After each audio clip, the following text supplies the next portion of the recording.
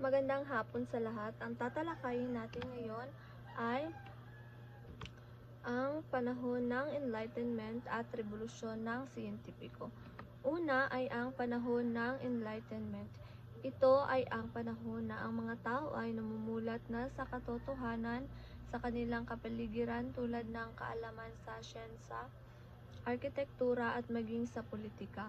So ito ay ang panahon kung saan ang mga tao ay namulat na sa katotohanan sa kanila tulad ng kaalaman nila sa siyensya, arkitektura at maging sa politika. So ang panahon ng Enlightenment, ginamit ng mga politiko ang rason at siyentipikong kaalaman sa pamamahala. Naniniwala sila na may likas na batas o batas na maaaring magamit ng lahat na maaaring maunawaan sa pamamagitan ng rason. Thomas Hobbes, siya ay nabuhay sa panahon ni Haring Charles II at nagsulat ng aklat na Leviathan. Ayon kay Hobbes, ang tao ay likhang madamot at bayolente.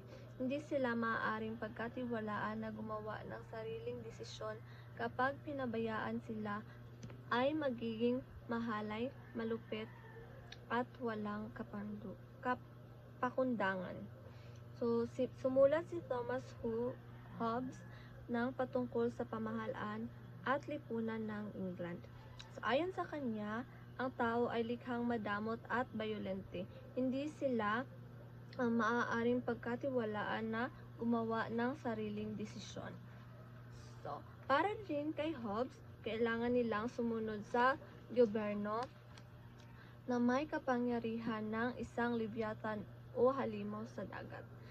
Ang ibig sabihin ng Leviathan ay ito ang katulad ng halimaw sa dagat.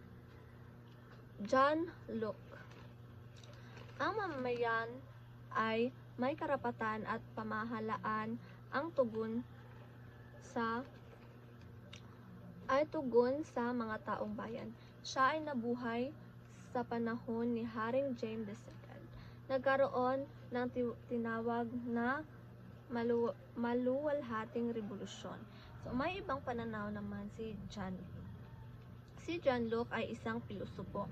Ginamit niya ang likas na batas upang patutuhanan na ang mamamayan ay may karapatan at ang pamahalaan ay tugon sa mga taong bayan.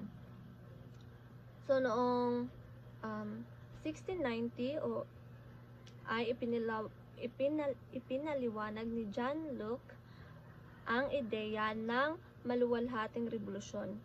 So noong 1690 pinaliwanag ni John Locke ang ideya ng maluwalhating revolusyon sa kanyang aklat na Treatise of Government. So naniniwala si Locke na ang layunin ng gobyerno ay proteksyonan ang karapatan ng taong bayan. Ang Treatise of Government ay dito ipinaliwanag ng maluwalhating revolusyon noong 1690. Binigyang diin na ang pamamahala ay dapat batay sa likas na batas. So, may karapatang mabuhay, karapatang malaya, karapatang magtaglay ng sariling ari-arian ang mga tao. Sunod ay si Baron de Montesquieu.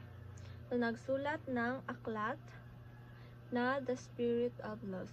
Isinalaysay ni Montesquieu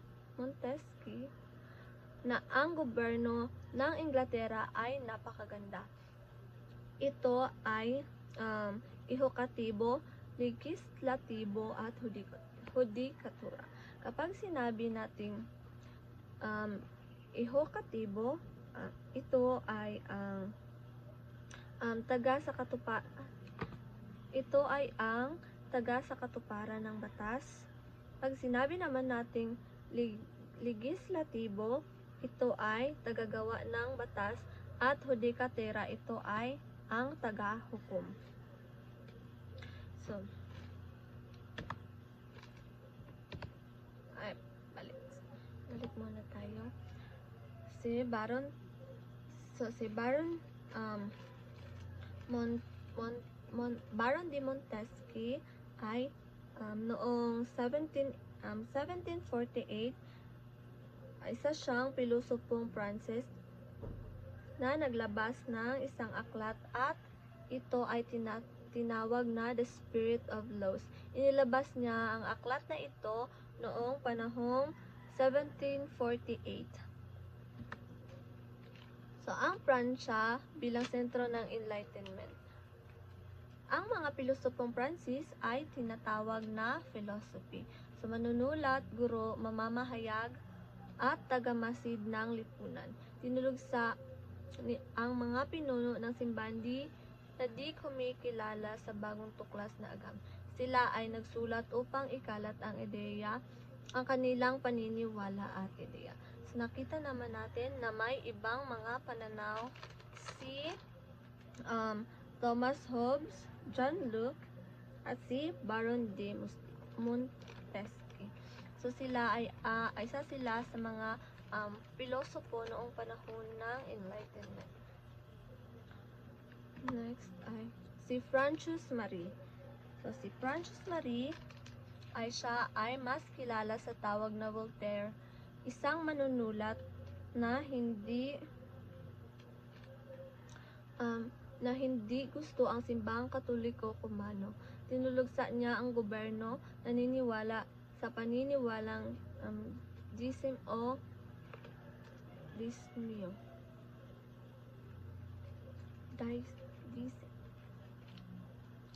So, si Francis Marie Arut, o mas kilala bilang Voltaire, sinisi niya ang simbahang Katoliko o ang mga pinuno sa simbahang Katoliko dahil sa pagtatago sa mga tao ng kaalaman upang mapanatili ang kapangyarihan nito. So, gusto ng mga taga-simbahan na walang alam ang mga taong kaya gusto nilang maging sunod-sunuran lang. So, ito. Sunod ay si Denis Diderot. O kanyang nilathala ang 28th volume ng encyclopedia. So, si Denis Diderot ay isang pilosopong Pranses na nakatulong upang ikalat ang ideya ng Enlightenment. So, kanyang nilathala ang 28th volume ng encyclopedia, The Classified Dictionary of the Sciences, Arts and Occupation. Ang aklat na ito ay tumatalakay sa agham, rehiyon, gobyerno at sining. Sunod ay si Jean-Jacques Rousseau. So, taong sibilisado, likas na tao, ang may akda ng social contract. Man is by nature good, but civilian made him bad. So, si Jean-Jacques Rousseau ay karamihan sa mga pilosopiya niya ay naniniwala ang kaunlaran sa sining at agham ay magbibigay ng pagbabago sa buhay ng tao.